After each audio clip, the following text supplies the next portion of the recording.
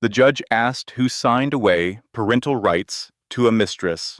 She stood, alone, no lawyer, no family, just a woman in a thrift store blazer, holding a folder that was about to destroy every single person on the other side of that courtroom. Her husband smiled.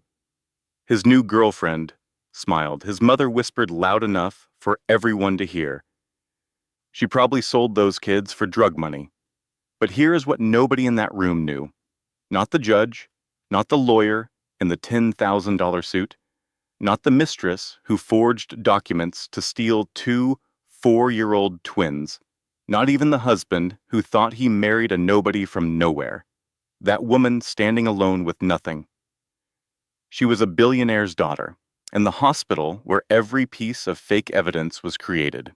Her father owned it. Every camera, every access log, every record of every lie they ever told. She did not know it yet, but she was about to find out, and when she did, the people who tried to erase her were going to wish they had never learned her name. This is the story of Adriana Brooks. And if you have ever felt powerless, if you have ever been underestimated, if someone has ever looked at you and decided you were worth nothing, stay until the end, because what happens in that courtroom is going to change the way you think about silence and strength and what it really means to fight back. Lesson and value. This story carries one truth that every person needs to hear. Silence is not weakness. It is patience with a purpose. The people who try to break you are counting on you staying quiet, but documenting everything, asking for help, when you have done all you can alone and refusing to be erased. That is how ordinary people win extraordinary battles. This is not just entertainment. This is a reminder that your moment is coming, and the truth always comes out. If this story hit you somewhere real, if you felt something watching Adriana stand up in that courtroom, do me a favor. Drop a comment and tell me which moment gave you chills. Hit that like button so more people who need to hear this can find it. Share it with someone who is going through their own battle right now. And if you are not subscribed yet, join this family, because we tell stories here that stay with you long after the screen goes dark. Hit subscribe, turn on the bell, and I will see you in the next one. The judge asked who signed away parental rights to a mistress. She stood. The courtroom went quiet. Not the normal kind of quiet where people stop talking, the heavy kind. The kind that presses on your chest and makes you hold your breath because you can feel something coming that is going to change everything. Adriana Brooks stood alone at the respondent's table in Family Courtroom 3 of the Wake County Courthouse in Raleigh, North Carolina. She was 32 years old, and she looked every single day of it. Not because she was aging badly, because life had been pressing down on her with both hands for the past 8 months, and the weight of it showed in the shadows under her eyes and the way her shoulders curved forward like she was bracing for the next hit. Her clothes were clean but worn, a blazer from a thrift store that was slightly too big in the shoulders, a blouse she had ironed twice that morning because the first time she burned a small crease near the collar, black flats with scuffed toes, no jewelry except a thin gold chain around her neck, the kind you get from your grandmother and never take off, the kind that holds more weight than any diamond ever could. She clutched a battered manila folder against her chest. Inside that folder was everything. 8 months of fighting compressed into paper and ink and desperation. Across the aisle, her husband, Kwame Brooks, sat with his back straight and his jaw set like a man who had already won. He wore a charcoal suit that fit perfectly. New haircut, fresh shave, he looked like the kind of man who appeared on the cover of a business magazine. The kind of man people trusted on sight. Next to him sat Simone Carter. Simone had that look. You know the one, designer bag positioned just so on the table, manicure fresh, Hair laid perfect, makeup that looked natural, but cost $200 worth of products to achieve. She touched Quam's bowed arm like she owned him, like she had already won him, and this courtroom appearance was just a formality, a rubber stamp on a future she had already designed. Behind them sat Quam's mother Lorraine and his sister Tracy. Lorraine was 58 with a church hat and a permanent expression of disapproval. Tracy was 30 and had the same expression, but with less practice, hiding the cruelty behind it. They both wore smirks that said they had been waiting for this day for a long time. The bailiff called the case. Brooks versus Brooks. Custody of minor children. Caleb and Chloe Brooks. Age 4. Twins. Quayam's lawyer stood up. His name was Gregory Whitfield, and he was the kind of attorney who wore suits that cost more than most people's rent. He moved with the confidence of a man who did not lose cases because he did not take cases he could lose. "Your Honor," he said, laying a leather folder on the judge's bench. "We are presenting voluntary parental surrender documents signed by Mrs. Adriana Brooks, approximately 6 months ago. These documents indicate that Mrs. Brooks willingly transferred all parental rights of the minor children to Miss Simone Carter, who has been serving as primary caregiver for the past several months." Lorraine leaned forward and whispered, but she whispered the way some people whisper, loud enough for half the courtroom to hear. "She probably sold those kids for drug money, always knew she was trash." Tracy covered her mouth like she was hiding a laugh, but she was not hiding anything. She was never fit to be a mother. Look at her, cannot even afford a decent outfit for court. Simone squeezed Kwame's hand and put on a face of deep concern. The loving stepmother, the woman who stepped in when the biological mother failed. The performance was polished, almost believable. The judge was an older woman named Patricia Coleman, with silver-streaked hair, pulled back tight, and reading glasses perched on her nose. She had been on the family court bench for 23 years. She had seen every kind of lie, dressed up in every kind of suit. She looked over her glasses at the documents, then at Adriana. "Mrs. Brooks, do you recognize this signature as yours?" Adriana took the papers with steady hands. She looked at them for a long moment. Her lips moved slightly, like she was reading every single word, memorizing it, filing it away. Then she looked up at the judge. Her voice was soft but clear.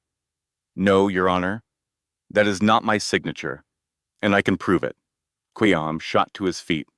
"Stop lying. You abandoned our kids for months.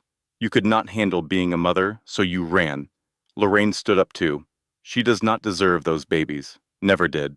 Simone started crying. Real tears. "Your Honor, I have been raising those children like my own. I love them. I have been there for every doctor appointment, every bedtime story, everything Adriana walked away from." Judge Coleman banged her gavel once, hard. "Order. Everyone sit down, now." She turned back to Adriana. "Mrs. Brooks, this is a serious allegation. Do you have any proof that this signature was forged?" Adriana opened her folder slowly. Inside was not just one piece of evidence. It was a stack, organized, tabbed, labeled in her own handwriting. 8 months of fighting, 8 months of documentation, 8 months of a woman who was supposed to be broken, proving that she was anything but. "Yes, Your Honor," she said, "I do. But to present this evidence properly, I need to explain how I obtained it. And to do that, I need to take you back 8 months, to the day my husband decided to erase me from my children's lives." The judge studied her for a long moment. "Proceed, Mrs. Brooks." Adriana took a breath, and she began. 8 months ago, Adriana's life was not glamorous. It was not easy. But it was good. It was hers. She worked the overnight shift at the Raleigh Community Health Clinic. 11 at night to 7 in the morning. The shift nobody wanted because it paid an extra $3 an hour and $3 an hour was the difference between keeping the lights on and falling behind. She was a registered nurse, had been for 6 years. She was good at it. The kind of nurse who remembered patients' names and asked about their kids and checked on them one extra time before her shift ended, even when she was so tired her vision blurred. Every morning, she came home at 7:15. Kwame would already be gone for work, or sometimes he was still asleep. The twins would be in their beds in the room they shared. Caleb on the left, Chloe on the right, same positions every night, like they had an agreement about it. She would wake them gently, make breakfast, scrambled eggs for Caleb because he liked them soft, toast with strawberry jam for Chloe because she liked things sweet. She would drive them to preschool and then come home and try to sleep for 2 or 3 hours before the whole cycle started again. It was exhausting. But when she looked at those two faces across the breakfast table, those big brown eyes that looked just like hers, those little hands reaching for their juice cups, that was everything.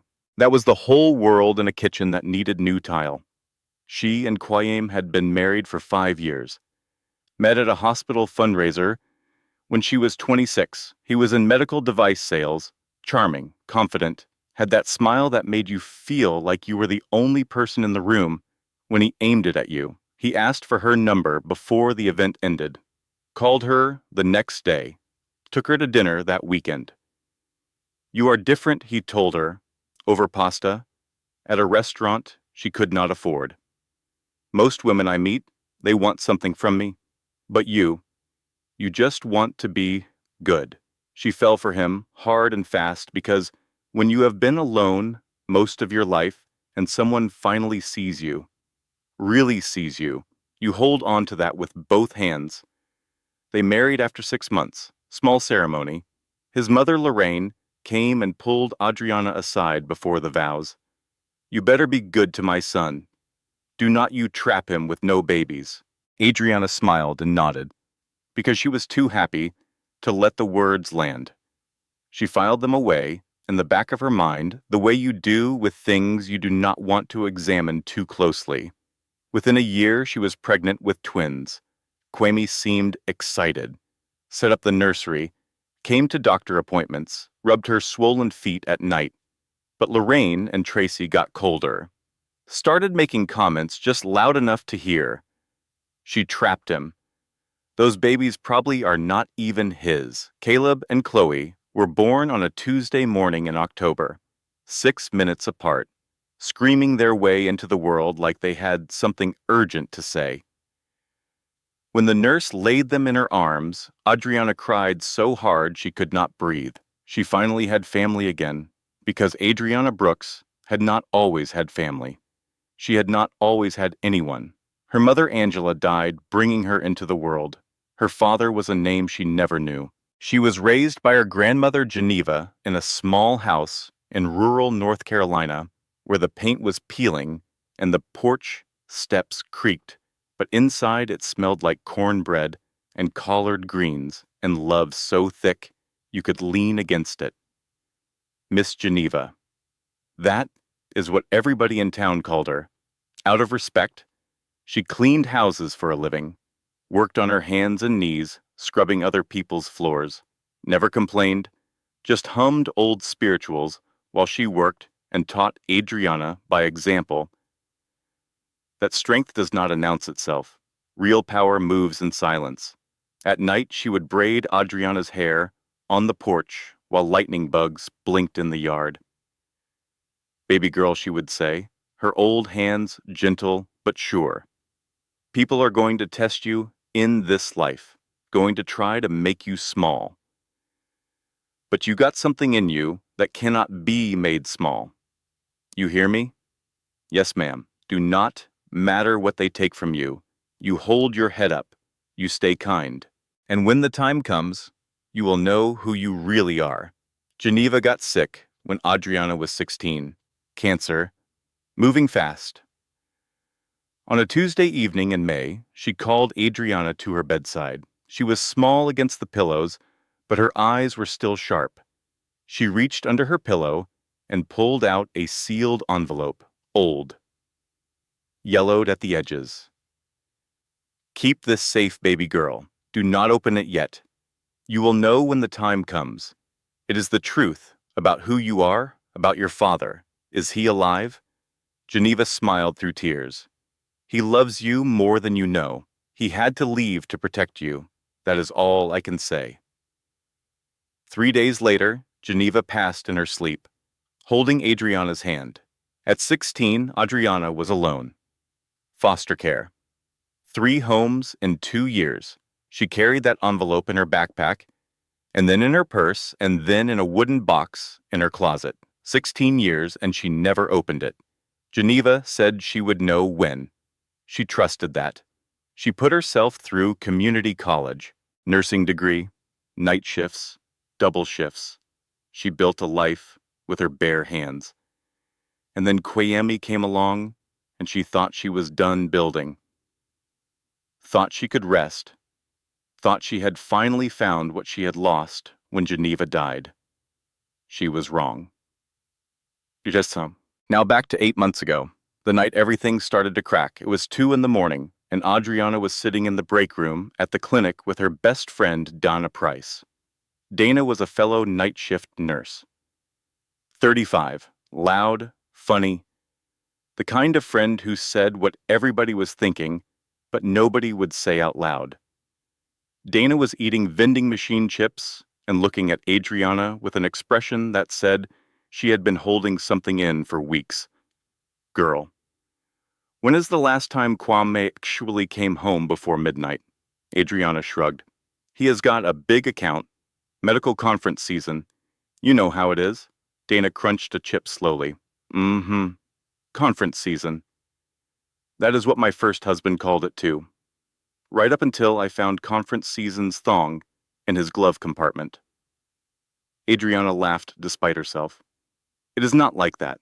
It is always like that. I am just saying. Trust but verify.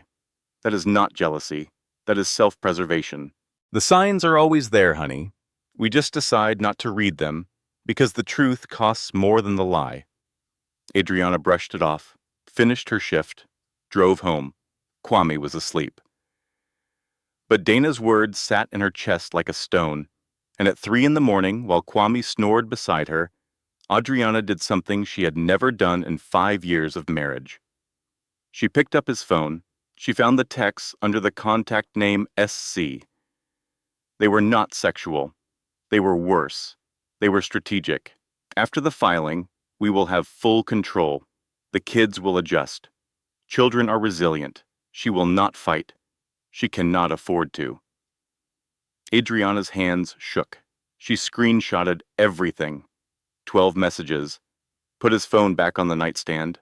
Went to the bathroom and sat on the cold tile floor and stared at the wall for 20 minutes. She did not cry. She did not confront him. She was thinking.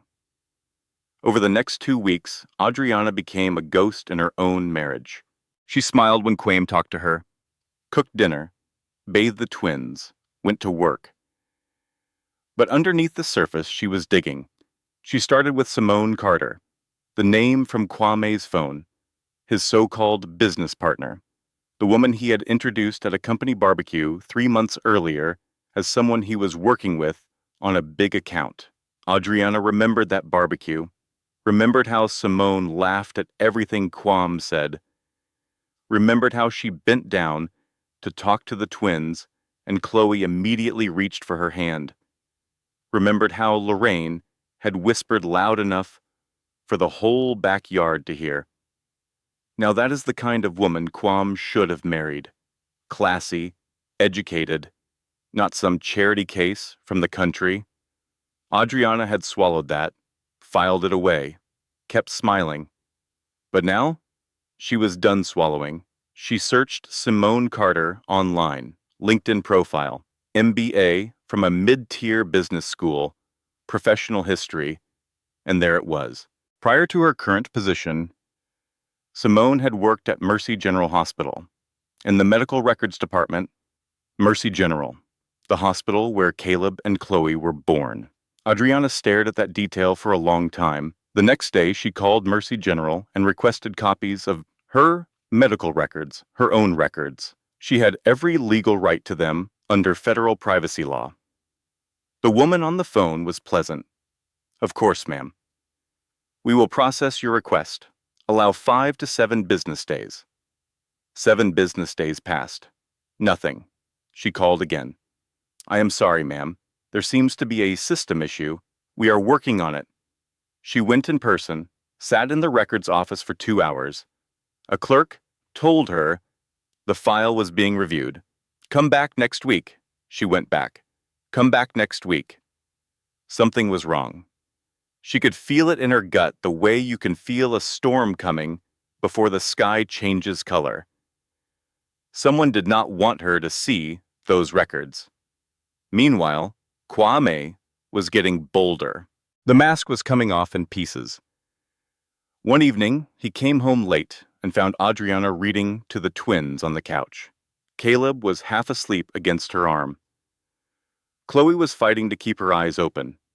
"You know," Kwame said, leaning against the doorframe, "Simone thinks kids need stability, a real home environment, not a mother who works all night and sleeps all day."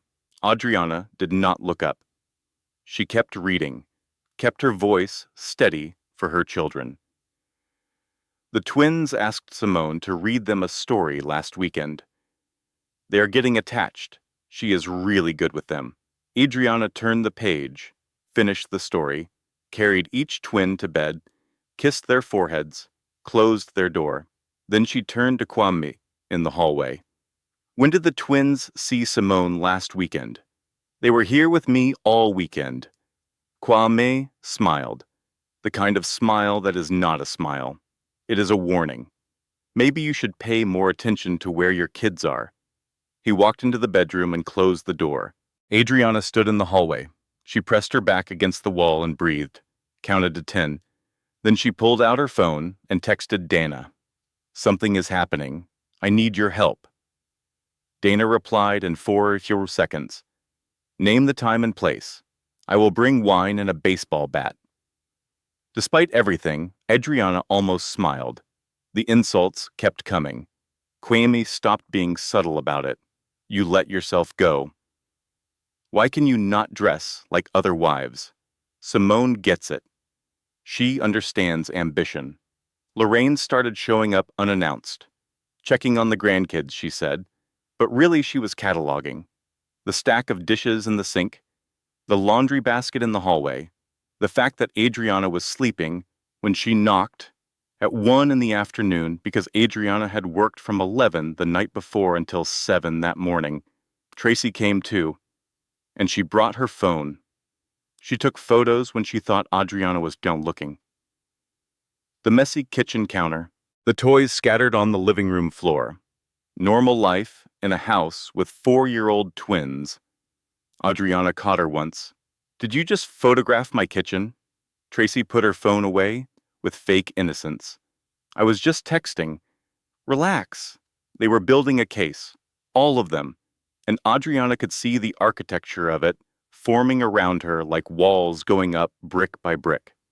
Then one evening, she came home from a shift to find the apartment empty. The twins' beds were made, neat, too neat. The way you make a bed when you are not coming back. Their shoes were gone. Their little backpacks with the cartoon characters. Gone. A note on the kitchen table. Kwame's handwriting. "I am taking the kids to my mother's for the week. They need a stable environment. Do not make this harder than it has to be." Adriana called his phone. No answer. Texted. Nothing. Called Lorraine. Voicemail.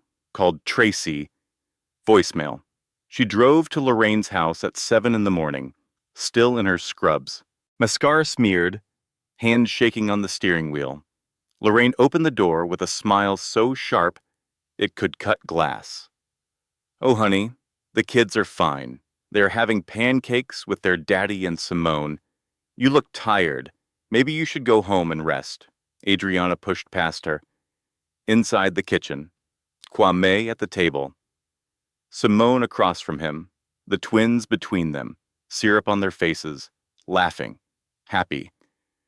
The scene looked like a family portrait, but the wrong family. "Mommy!" Chloe shouted. Miss Simone made Mickey Mouse pancakes. The knife went in clean, right between the ribs. Kwame stood up. His face was stone. "You need to leave. You are scaring the kids." "I am scaring them. You took them from their home. Lorraine from behind. See? This is what I have been telling you. Unstable." Kwame pulled an envelope from his jacket pocket. "Divorce papers? Sign these. Take the settlement. Walk away clean. Simone is going to be their real mom." Adriana looked at the papers, then at her children, who had gone quiet because children always know when the air in a room changes. Then at Simone, who was cutting Caleb's pancakes with a calm, steady hand, like she had been doing it forever. Adriana took the papers. She did not sign them. She looked Kwame dead in the eye. "You will have to drag me through every court in this state, but you will not erase me." She walked out, got in her car, closed the door, and she broke. Full, ugly, crying. The kind that hurts your ribs and makes your throat raw. 5 minutes of it. Everything she had been holding for weeks, pouring out in that front seat. Then she stopped, wiped her face with the back of her hand, pulled out her phone, called Dana. "I need help, and I need a lawyer." Dana did not miss a beat. "My cousin Marcus is a paralegal. He is not expensive because he is not good at much else. But he knows custody law. I will call him right now." "Thank you." "And Adriana." Dana's voice softened. "You are not alone. You hear me. You have got me. I hear you."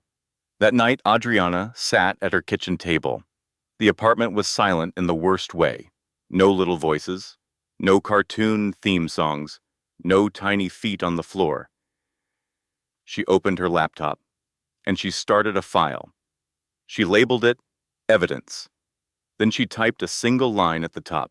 "Nobody is going to save me. I am going to save myself." Dana's cousin Marcus turned out to be exactly what Dana described. Not the best paralegal in the world, but honest, and he knew family court procedure like the back of his hand. He met Adriana at a coffee shop the next morning. He was a big man, with kind eyes and a yellow legal pad that he wrote on in tiny, precise handwriting. "Listen," he said, after she told him everything. "Family court is not about who is right. It is about who has documentation. Judges do not want to hear your feelings. They want paper, time-stamped, dated, organized. Everything you can prove, put it on paper. Everything you cannot prove yet, find a way." Adriana nodded. "Here is what we need," he continued. "Your work schedule, proving you are employed and stable. The screenshots from Kwame's phone. The twins' pediatrician records showing you brought them to every appointment. Character references from your coworkers and the preschool teacher. Bank statements showing you contribute to the household. And file an emergency custody motion today, right now, before they have time to build more ammunition." They filed that afternoon. The motion requested immediate return of the children based on the fact that Kwame had removed them from the family home without Adriana's consent. Meanwhile, Adriana kept digging into Simone Carter.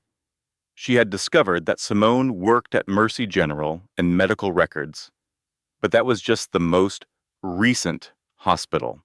On LinkedIn, Simone's work history showed 4 different hospitals in 3 states over 8 years: Georgia, Texas, now North Carolina. She never stayed more than 2 years at any of them. "Nobody moves that much," Adriana told Dana during their shift that night. "Not unless they are running from something. Or running a pattern. Or both," Dana said. Through the legal aid website, the paralegal recommended Adriana found a name: Detective Ray Santos. Semi-retired fraud investigator. He did pro bono consulting for people who could not afford private investigators. She called him. Santos was skeptical. Ma'am, custody disputes are not fraud cases. They are when someone forges your signature on legal documents. You have proof of that, not yet, but I know where to look. They met at Adriana's apartment. Santos was 45. Former law enforcement, had the look of a man who had seen too much and decided to keep going anyway. He stood in her living room and listened while she walked him through everything. The texts, the hospital records Stonewall, Simone's job history, the pattern. Santos rubbed his jaw. In fraud cases, the pattern is the proof. 1 incident is a mistake. 2 is a coincidence. 3 is a crime. If this woman has done this before, at other hospitals, there will be a trail. People who commit fraud get comfortable. They reuse the same methods. Find me the pattern, and I will find you the crime. He looked at her evidence wall. She had started taping things to the living room wall. Sticky notes, printed articles, timelines drawn in marker on printer paper, string connecting related documents. You know, this looks like a serial killer's apartment, right? Adriana managed half a smile. Serial killers do not have Paw Patrol playing in the background. From the next room, Caleb's voice drifted in. He was watching TV at Lorraine's house, but in Adriana's mind, she could still hear him. Santos pointed at the wall. This is good, though. This is how investigators think. You have good instincts. I have a grandmother who taught me to pay attention. Over the next 4 weeks, Adriana built her case during every free hour. After the twins went to sleep during her lunch breaks at the clinic on her phone in the parking lot between errands, she called hospitals in Georgia and Texas where Simone had worked. Most would not talk to her. But Santos had connections. He found something in Atlanta. A woman named Keisha Williams, a nurse.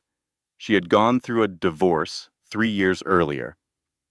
During the proceedings, documents surfaced showing she had voluntarily signed over custody of her 2 children. Keisha said she never signed anything. She lost custody for 2 years before an appeals court overturned the ruling. The hospital where the documents originated, the same hospital where Simone Carter had worked in medical records. Santos called Adriana at 11 at night. She was about to start her shift. I found your pattern, he said. Her name is Keisha Williams. She is willing to talk. Adriana closed her eyes.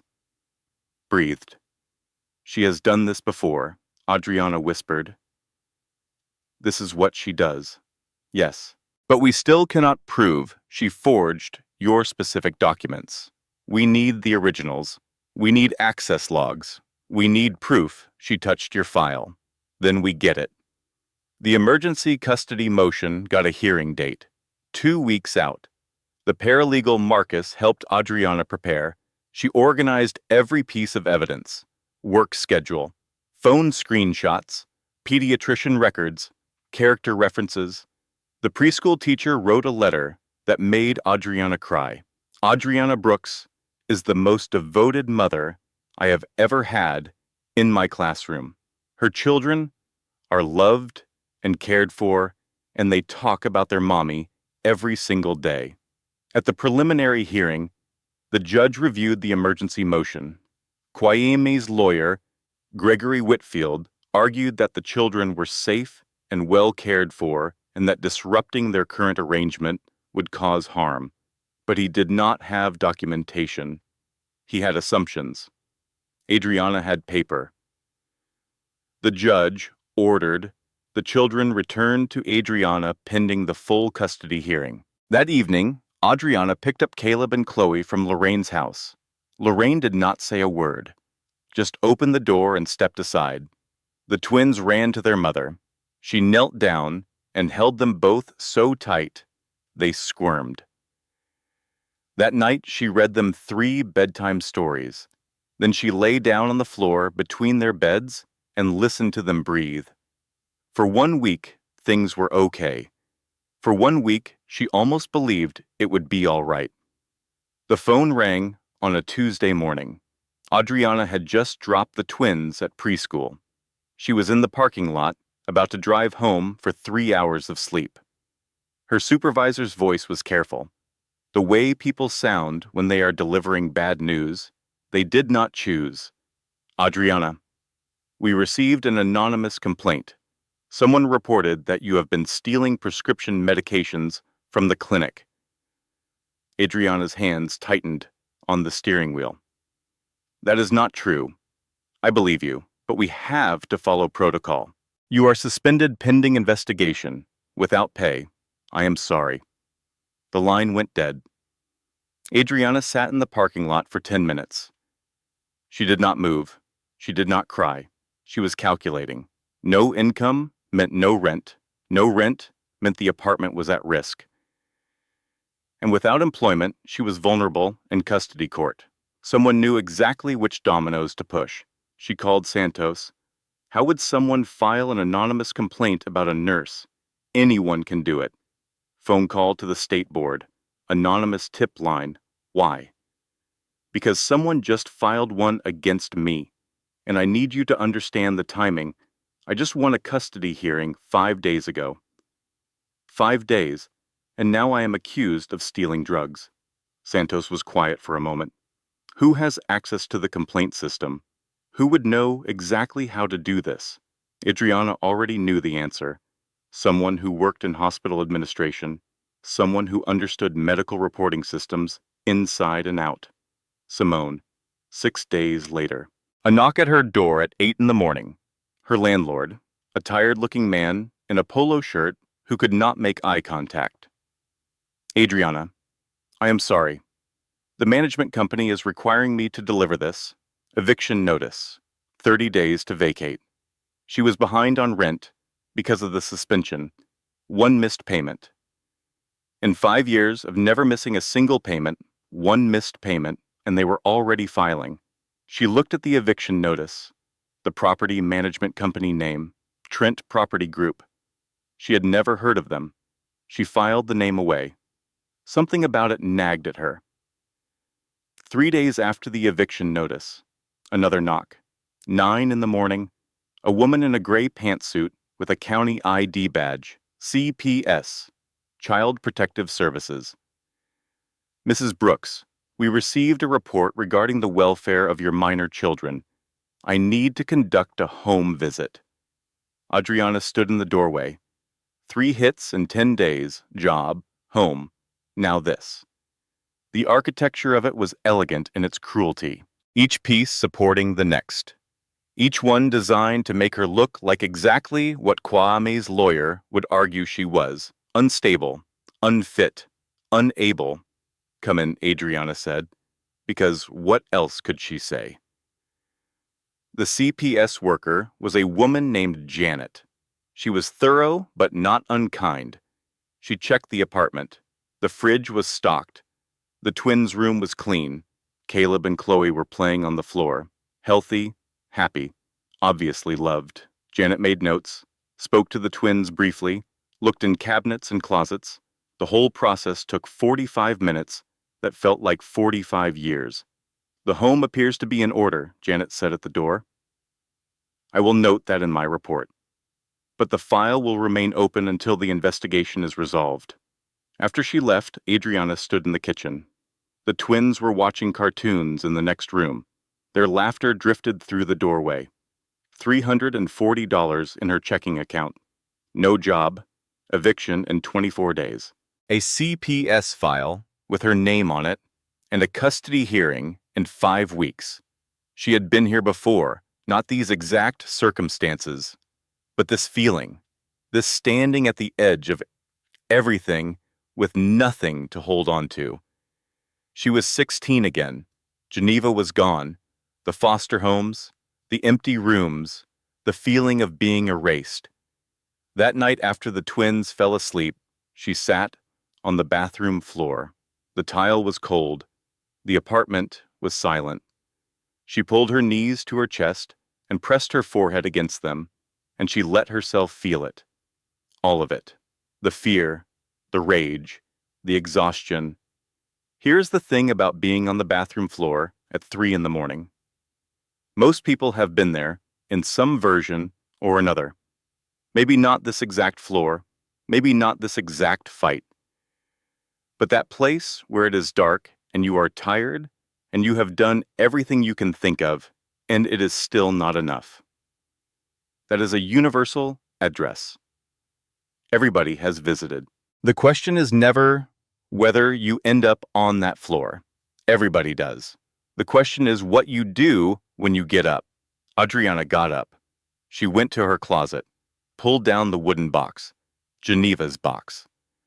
The envelope was still inside, 16 years old, yellowed at the edges, her grandmother's handwriting on the front.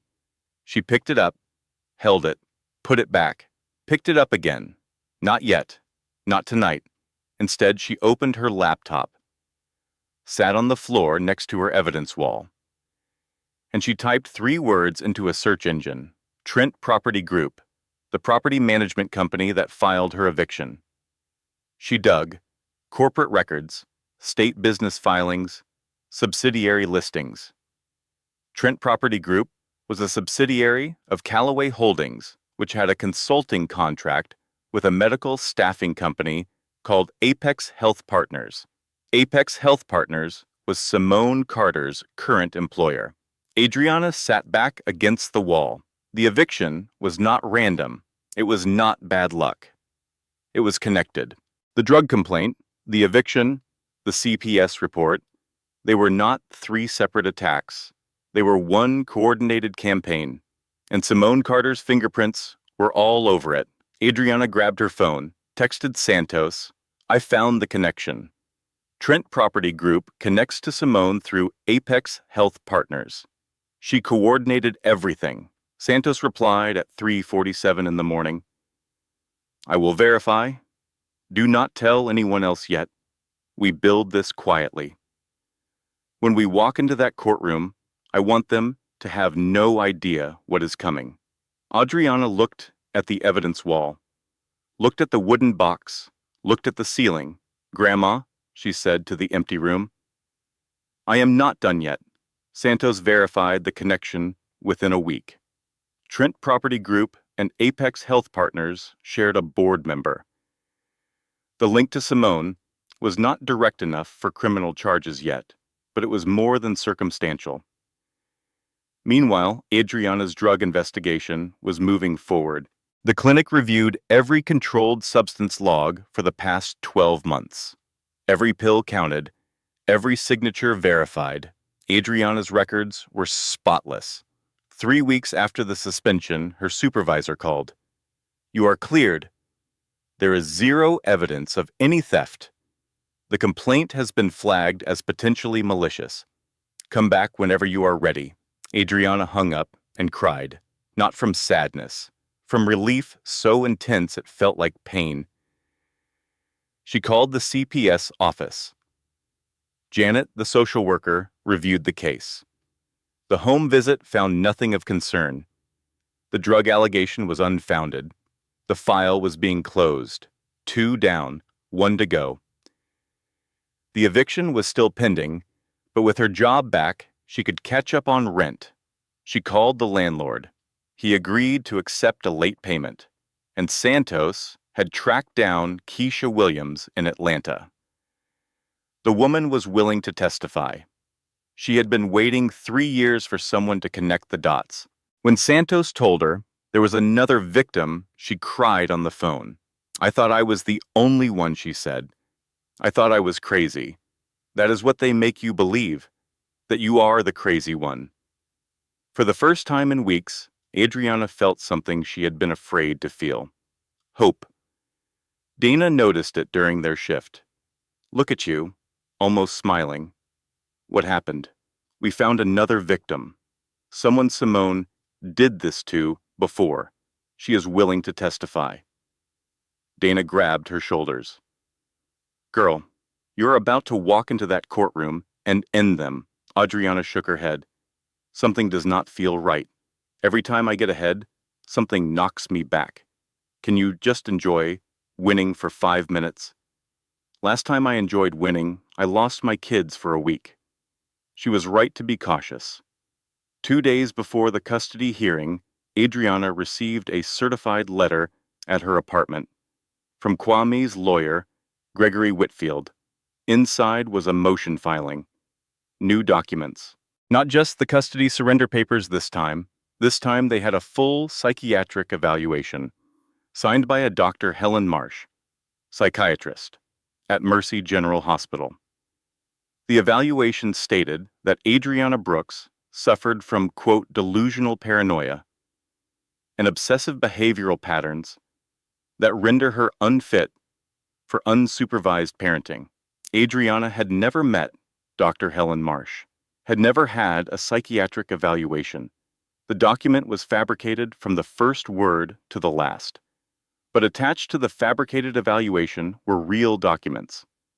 Adriana's actual medical records from her pregnancy, her OBGYN notes from 4 years ago, notes that included a disclosure Adriana had made in confidence during a postpartum checkup.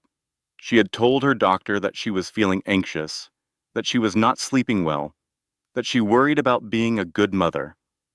Normal things.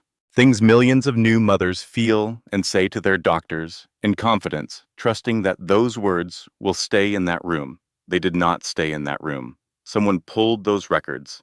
Someone read those private words, and someone twisted them into a weapon. She called Santos. Her voice was shaking. They faked a psychiatric evaluation, and they pulled my real medical records and used my own words against me. I told my doctor I felt anxious after the birth. Every new mother feels anxious. And now, they are using it to say I am mentally unstable. Santos was already moving. We need to find Dr. Marsh. If she did not actually evaluate you, that is medical fraud.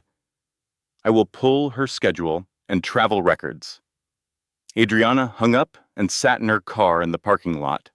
It was raining, heavy gray sheets of water blurring the windshield. Her phone rang, the preschool.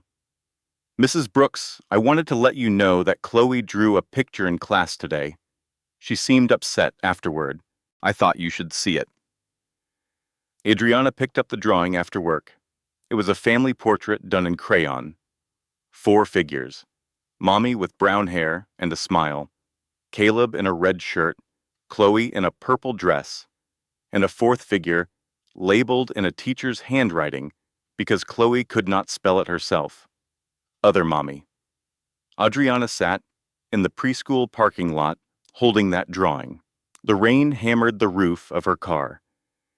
She looked at the crayon figure, labeled Other Mommy, and something inside her cracked open. She screamed, full and raw and guttural, the kind of scream that comes from a place beneath words. She screamed until her throat hurt, and the windows fogged, and there was nothing left. Then she stopped, wiped her face, and drove home. She went straight to the closet, took down the wooden box, pulled out the envelope. 16 years. Geneva's voice. You will know when the time comes. The time had come. The envelope was old. The paper inside was expensive. Heavy stock. The kind that comes out from a desk that costs more than most people's cars. A letter, a birth certificate, a hospital bracelet so tiny it could have been a doll's. The letter was handwritten. Every word careful, like each one had been chosen and reconsidered and chosen again. My dearest daughter Adriana, if you are reading this, then Geneva has passed, and you are on your own. I am sorry. I am sorry I could not be there. I am sorry I had to leave you when you were just a baby. Your mother Angela and I loved each other, beyond anything I can put into words. But my world was dangerous. When you were 3 months old, someone tried to take you. A kidnapping attempt. It failed, but barely. I knew then that my enemies would use you and your mother to destroy me. So I made the hardest decision of my life. I sent you to Geneva, your mother's mother, the strongest woman I have ever known besides your mother herself. Angela was supposed to come too. We had a plan. But 2 months after I sent you away, Angela died in a car accident. An accident I have never believed was an accident. I have spent 32 years carrying that suspicion and that guilt. I sent money. I paid for the house. I covered the bills. Geneva sent most of it back. She said you needed to learn to stand on your own. She was right. She was always right about the things that matter. I have watched you from a distance your whole life. I have people who check on you, who make sure you are safe. I know about your husband. I know about your children. I know about the woman who is trying to destroy you. But I waited. Because Geneva would have wanted you to fight first, to know that you could. If you need me now, I am here. I have always been here. Call this number. It is a private line. Only you have it. I never stopped loving you. I never will. Your father, Marcus Whitmore. Adriana stared at the name. It was familiar the way a word is familiar, when you have heard it but never paid attention. She picked up her phone, typed the name. The screen filled. Forbes profiles, business magazines, hospital ribbon cuttings, a man in tailored suits, with silver hair and eyes that looked like hers. Marcus Whitmore, founder and CEO of Whitmore Healthcare Systems. 12 hospitals across the Southeast, medical research facilities, pharmaceutical investments, real estate holdings, net worth $4.2 billion. Her phone slipped from her hands onto the bed. She picked up the birth certificate. Father Marcus James Whitmore. Mother Angela Rose. Thompson, child Adriana Geneva. Thompson Whitmore. All her life, she thought she was nobody, thought she was alone, thought she was a girl from a small town with nothing but a dead grandmother's gold chain and an envelope she was afraid to open. She was the daughter of one of the wealthiest men in America, and he owned the hospital where her children were born, the hospital where Simone Carter had worked, the hospital where every piece of fraudulent evidence against her had been created. She sat on the floor for a long time. The twins were asleep. The apartment was quiet. Rain had stopped. Through the window, she could see stars. Geneva's voice again. Asking for help is not weakness, baby girl. It is wisdom. Knowing when you have done everything you can alone. That is strength, too. She picked up her phone, dialed the number from the letter. It rang once. Someone picked up immediately. A man's voice, deep, careful, like he had rehearsed this moment 1,000 times and was still not ready. Adriana, how do you know my voice? Because you sound exactly like your mother. They met at a diner off Highway 54. Not a penthouse, not a boardroom. A diner with vinyl booths and coffee that tasted like it had been sitting since morning.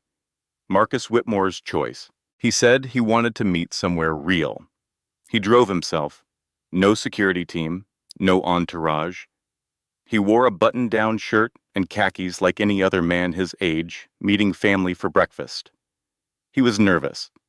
Adriana could see it in his hands, the way he kept straightening the salt shaker, adjusting his coffee cup. Looking at the door, every time it opened. When she walked in, he stood up. For a moment, they just looked at each other across the diner. Two strangers who shared blood and 32 years of silence. Adriana sat down across from him. She did not hug him. She was not ready for that. You watched me grow up in poverty, she said, no warmth in her voice, not yet. You watched me bounce through 3 foster homes. You watched me work double shifts to put myself through nursing school. And you did nothing. Marcus met her eyes. I sent money. Geneva. Geneva scrubbed floors on her hands and knees. I watched her do it. If you sent money, it was not enough. It was. She sent it back. Every check, after the house was paid off, she returned. She said you needed to learn to stand on your own. I argued with her about it for years, but she was immovable. You know how she was. Adriana did know. That was exactly something Geneva would do. Stubborn in the specific way of women who believe that struggle builds character because it built theirs. Marcus slid a folder across the table. His hands were steady, but his voice was not. I failed you as a father. I know that. 32 years. I cannot get them back. I cannot undo the foster homes, or the loneliness, or any of it. But I can help you now, if you will let me. Adriana opened the folder. Inside were printouts. Security camera taper logs from Mercy General Hospital. Time-stamped access records from the medical records system. Employment records. How long have you had this? 3 weeks. Adriana looked up. Her eyes were hard. 3 weeks. While I was losing my job. While I was getting evicted. While CPS was in my kitchen, looking in my cabinets. You had this for 3 weeks, and you waited. Marcus held her gaze. Because you needed to fight this yourself first. You needed to know that you could. And you did. You found the pattern. You found the detective. You found the connection between Trent Property Group and Apex Health Partners. You built the case, Adriana, all of it. I just have the last piece. And what is that? I own Mercy General Hospital. Every security camera in that building, every access log, every record of who logged into what system and when. Simone Carter accessed your medical files 47 times in 6 months. She accessed Keisha Williams' files over 60 times. Before that, in Atlanta, Adriana's jaw tightened. And Dr. Helen Marsh, she is a real psychiatrist. She does work at Mercy General, but she was on vacation in Portugal the entire week she supposedly evaluated you. I have her passport stamps, her hotel receipts, her airline tickets. You own the hospital where my children were born. I own 12 hospitals. Mercy General is the one that matters. Silence. The diner hummed around them. A waitress refilled coffee. Somewhere, a plate clattered. How do you want to handle this? Marcus asked. I can have my legal team take over. Best attorneys in the state. We can end this in 48 hours. Adriana shook her head. No. No. I want to be the one standing in that courtroom. I want Kwame to see my face when it falls apart. Not yours. You come in when I call you, not before.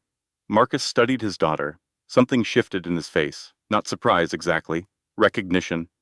Like he was seeing someone he knew and someone he had just met. You really are Geneva's girl. Over the next 2 weeks, they built the final case. Adriana, Santos, Marcus's legal team working behind the scenes. They constructed it like an architect builds a building. Every beam load bearing, every Walsall reinforced. The forged custody documents. Signature analysis from 3 independent experts, plus proof. Adriana was on shift at the clinic when the papers were supposedly signed. The fabricated psychiatric evaluation. Dr. Marsh's travel records proving she was in another country. The pattern. Keisha Williams' testimony. The Dallas case, records Santos uncovered. 3 hospitals, 3 victims, 1 perpetrator. The medical records breach.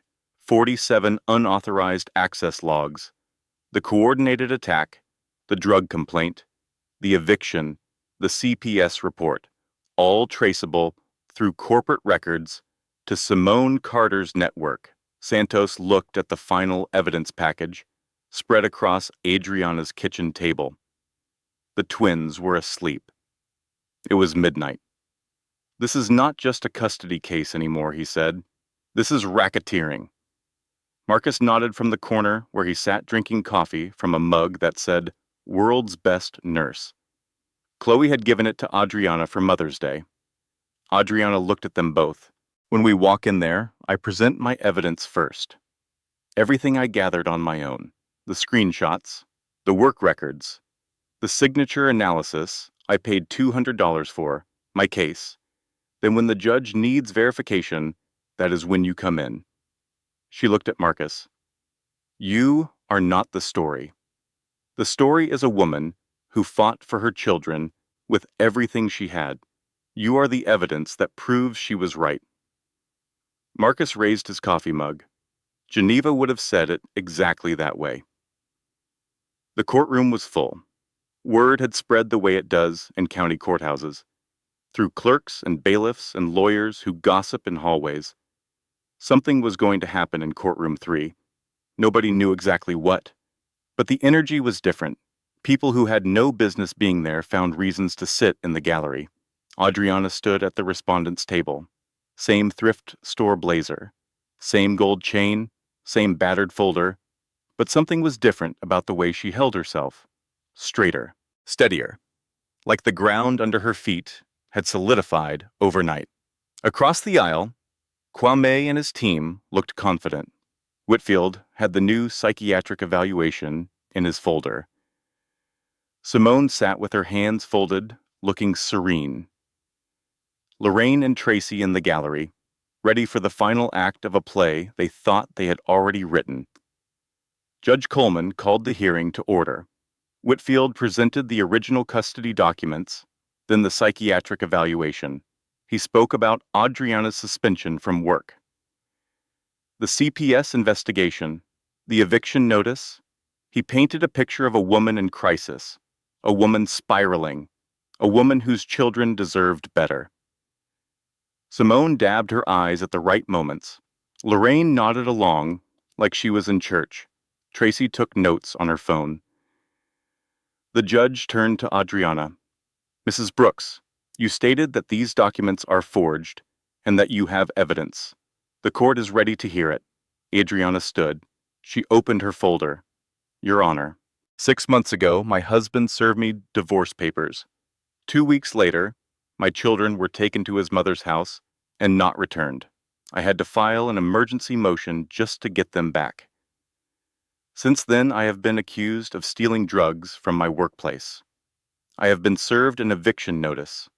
I have had Child Protective Services at my door, and now I am looking at a psychiatric evaluation from a doctor I have never met. She laid the first document on the bench. This is my time-stamped badge record from the Raleigh Community Health Clinic showing I was working a 12-hour shift on the date these custody documents claim I visited an attorney's office to sign away my rights. Second document. This is a forensic signature analysis from an independent expert showing that the signature on these documents was digitally copied from old employment paperwork. From what I signed when I was first hired at the clinic. Whitfield stood. Your Honor, this is clearly fabricated. I am not finished, Adriana said. Her voice did not rise. It did not need to. Third document. This is a record of employment for Simone Carter showing she worked in the medical records department at Mercy General Hospital until 7 months ago. The same hospital where my children were born. The same hospital where my medical files are stored. She paused. Let it land. Fourth document. This is a statement from Keisha Williams of Atlanta, Georgia. 3 years ago, Miss Williams went through a custody dispute. During that dispute, documents appeared showing she had voluntarily surrendered her parental rights. She had not. She lost custody of her 2 children for 2 years. The hospital where those documents were generated is the same hospital where Simone Carter previously worked, in medical records. The courtroom was changing. You could feel it, the energy shifting like weather. Whitfield was flipping through his papers. Simone's serene expression had cracked, just slightly, just at the edges. And Your Honor, the psychiatric evaluation from Dr. Helen Marsh. I have never met Dr. Marsh. I have never been evaluated by Dr. Marsh, but I know someone who can verify that. She turned toward the doors. Your Honor, I would like to call a witness who can verify the authenticity of all evidence I have presented. The doors opened. Marcus Whitmore walked in, tall, silver-haired, tailored gray suit. Behind him, 2 men in dark suits. Not bodyguards exactly, legal counsel, but they moved with the kind of quiet authority that makes people sit up straighter. Most people in the courtroom did not recognize him by face. He was not that kind of rich, not the celebrity kind, the quiet kind, the kind where the money is so deep it does not need to be loud. But Judge Coleman recognized the name. Her eyes widened, just slightly. "Mr. Whitmore," she said, "what brings you to my courtroom?" Marcus walked down the aisle. His eyes swept the room, landed on Adriana. Something softened, then his gaze moved to Kwame, and it went cold. "Your Honor, that is my daughter. Those are my grandchildren, and these documents are forged." The courtroom erupted, whispers, gasps, the kind of sound that happens when reality shifts and nobody is sure where the new ground is. Kwame's face lost all color. His mouth opened. Nothing came out. Lorraine grabbed the bench in front of her. Tracy stared with wide eyes. Simone looked from Marcus to Kwame and back, panic flashing. Marcus gestured to his legal counsel, who approached the bench with a leather folder. "In this folder, Your Honor, you will find security footage from Mercy General Hospital showing that Simone Carter accessed my daughter's medical records 47 times over 6 months. You will also find employment verification showing my daughter was at work during every date and time these documents claim she was signing papers." He paused. "Additionally, we have travel records for Dr. Helen Marsh. Passport stamps, airline tickets, hotel receipts. Dr. Marsh was in Lisbon, Portugal. For the entire week, she supposedly conducted a psychiatric evaluation of my daughter. She never examined Adriana. The evaluation is fabricated." He turned to look at Simone directly. "We also have evidence connecting the anonymous drug complaint filed against my daughter to a network of companies linked to Miss Carter's employer, the eviction notice, the CPS report. These were not separate events. They were a coordinated campaign designed to strip a mother of her children." Simone shot to her feet. "That is a lie." "I did not. Sit down," the judge said. Her voice was iron. Marcus looked at Kwame. Kwame had shrunk in his seat, small in a way Adriana had never seen him before. "You thought my daughter was alone," Marcus said quietly. "You thought she had no power, no family, no one to protect her. You thought that made her easy to erase." He paused. The courtroom was so quiet, you could hear the air conditioning. "You were wrong on all counts." Judge Coleman set down the papers. She removed her reading glasses. When she spoke, her voice carried the weight of 23 years on the bench. "Mr. Brooks, Miss Carter, I am ordering an immediate investigation into document forgery, fraud, and conspiracy. I am granting Mrs. Brooks full emergency custody of the minor children effective immediately. Mr. Brooks, your visitation rights are suspended, pending the outcome of this investigation." Kwame found his voice. "Your Honor, please. I am their father. A father who conspired to give his children to a woman who committed fraud to get them. A father who coordinated a campaign to destroy their mother's reputation. No, Mr. Brooks. You do not get to be their father right now." She looked at Simone. "Miss Carter, I strongly advise you to retain criminal defense counsel." Adriana had been quiet, letting the evidence speak, letting her father speak. But now, she stepped forward. When she spoke, her voice was steady, clear, not loud, not angry, just true. "I stayed quiet because my grandmother taught me that real strength does not need to yell. I let you humiliate me because I wanted to believe you would remember the woman you married, the woman who stood by you when you were building your career, the woman who raised your children while you worked late, or said you were working late, the woman who loved you when love was all she had to give." The courtroom was still. "But you did not forget me. You erased me on purpose. You looked at me and decided I was worth nothing. You thought you could steal my children. and give them to a woman who committed crimes to get them. She turned to Simone. You wanted my life so badly, you forged my signature. You pretended to love my children, to get close to a man who was never yours. You attacked my job, my home, my reputation. You weaponized my own medical records against me. She paused. Now you get to live with the consequences. She walked to her father and took his hand, looked back at Kwame one more time. I do not hate you. I just do not recognize you anymore. And maybe that is sadder than hate. She walked out of that courtroom holding her father's hand. The only sound was her footsteps, and somewhere in the gallery, someone crying. In the back row, Dana leaned to the woman sitting next to her and whispered, I told her that man was conference season. The woman looked confused. Dana shrugged. You had to be there. Some endings are clean, neat, wrapped in ribbon. This one was not. Adriana got her children back that same day. She drove to Lorraine's house with a court order and a deputy sheriff. Lorraine opened the door and did not say a word, just stepped aside. Caleb and Chloe ran to their mother. She knelt on the porch and held them so tight her arms ached. Chloe buried her face in Adriana's neck. Mommy, do not leave us again. Never, baby. Mommy is not going anywhere. She carried them to the car, buckled them in, drove home, made grilled cheese sandwiches, put on cartoons, sat on the couch with one twin under each arm, and did not move for 3 hours. What happened next happened slowly, not the instant Hollywood version where everything falls apart in a montage. Real consequences move at real speed. Kwame's medical device company put him on administrative leave the day after the hearing. When the investigation became public, they terminated him.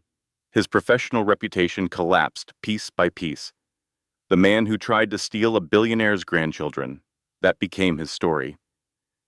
The only story anyone remembered about him. He moved out of the apartment he had rented when he left Adriana. Could not afford it anymore. Ended up in a studio that smelled like mildew. Got a job stocking shelves at a grocery store on the overnight shift. Paid child support from a paycheck that barely covered his own rent. The court granted him supervised visits, once a month, 2 hours at a community center with a social worker present. 3 months after the hearing, he sat across from his children at a folding table in a room that smelled like industrial cleaner. Caleb would not look at him. Chloe held a crayon and drew circles on blank paper. Hey buddy, Kwame, said, trying to smile. You want to play basketball later? Caleb looked at the floor. Why did you try to give us away, Daddy? The question hit Kwame in the chest like a fist. I made a mistake, buddy. Daddy made a bad mistake. Caleb looked up. Grandpa Marcus says mistakes are when you do something wrong one time. You did it lots of times. That is not a mistake. That is a choice 4 years old, repeating something he heard, not fully understanding it.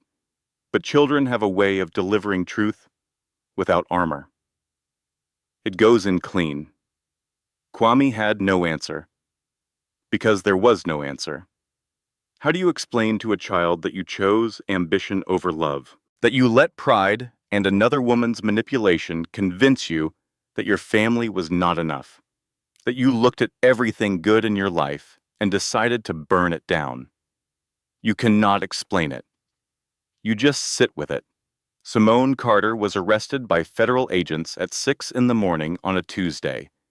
2 agents at her door. Document forgery, identity fraud, conspiracy to commit custodial interference, medical records tampering. The investigation uncovered more. Simone had sold private medical records to 3 other individuals over the past 5 years. Adriana and Keisha Williams were not her only victims. They were just the ones who fought back. She faced 12 to 15 years in federal prison. From county jail, she tried to contact Kwame. He answered once. You did this to me, she said. You pulled me into your mess. He hung up. She called back. He did not answer. Through her lawyer, she released a statement saying that Kwame had manipulated her into everything, that she was a victim of his ambition, that she had been coerced. Nobody believed her. The access logs did not lie. 47 times she logged into Adriana's records, 61 times into Keisha's. The timestamps told the story she would not tell. Lorraine and Tracy faced a different kind of consequence. Not legal, social. The church community they had been part of for 20 years learned what happened. People who had sat next to Lorraine in the pew for decades stopped speaking to her.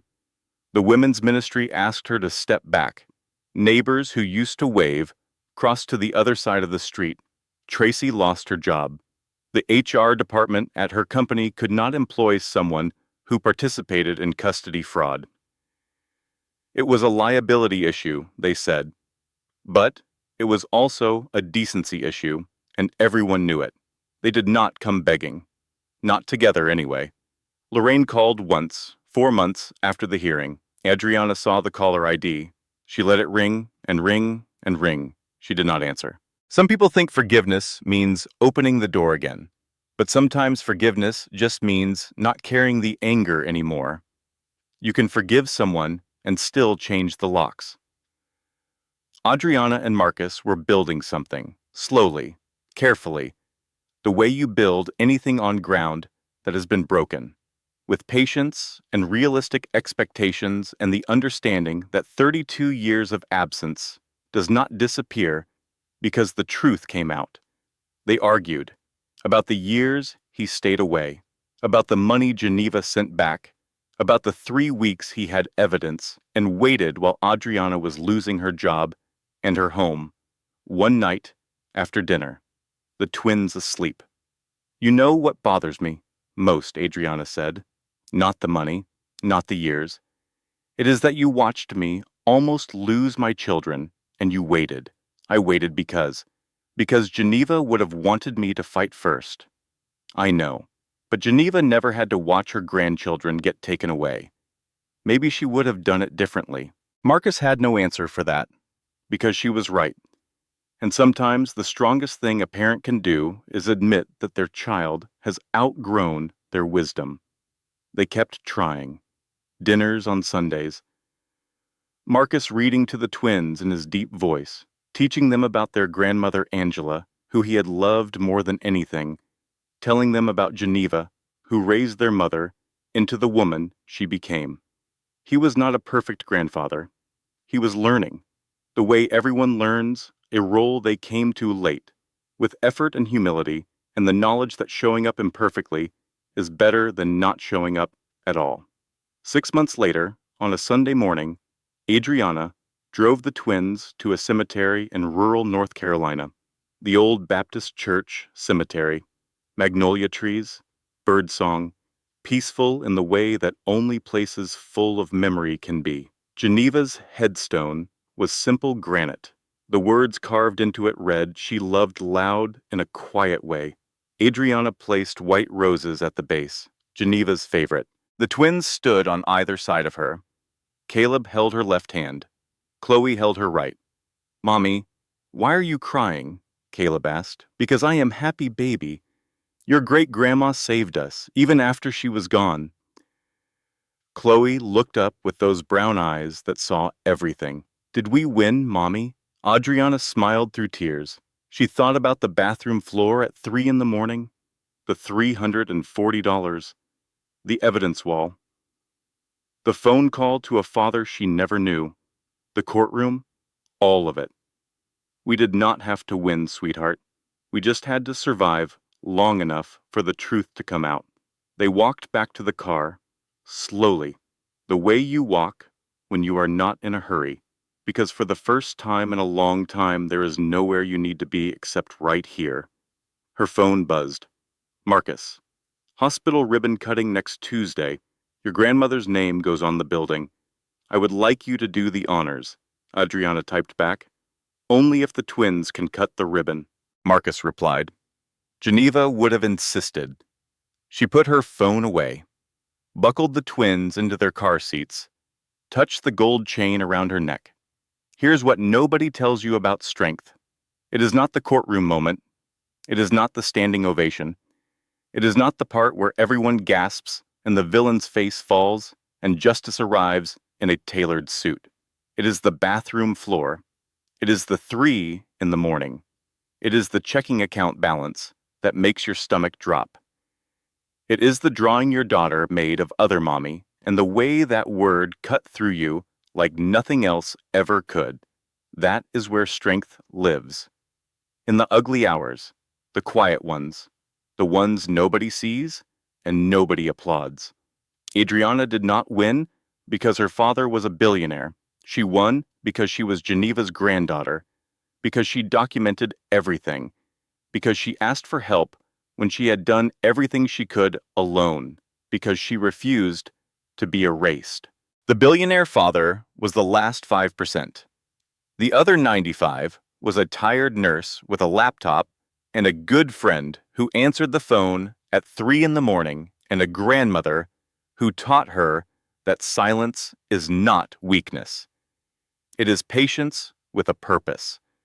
So, if you are out there right now, if you are in the dark part, the bathroom floor part, the empty bank account part, the nobody believes me part, you do not need a secret billionaire father.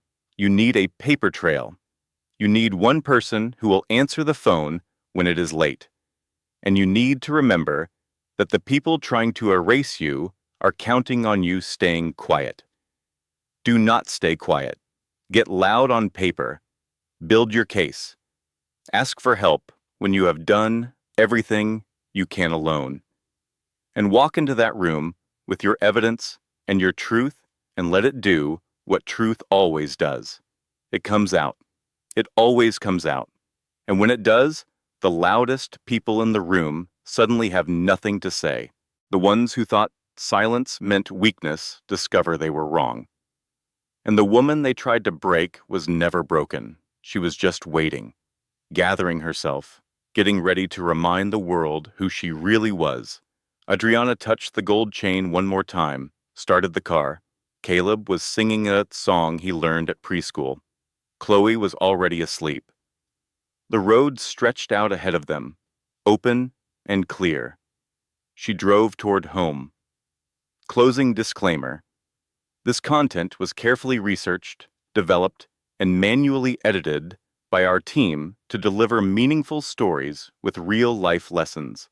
Every narrative is crafted with intention, designed not just to entertain, but to inspire, empower, and remind you of the strength you already carry. Thank you for watching and for being part of this community.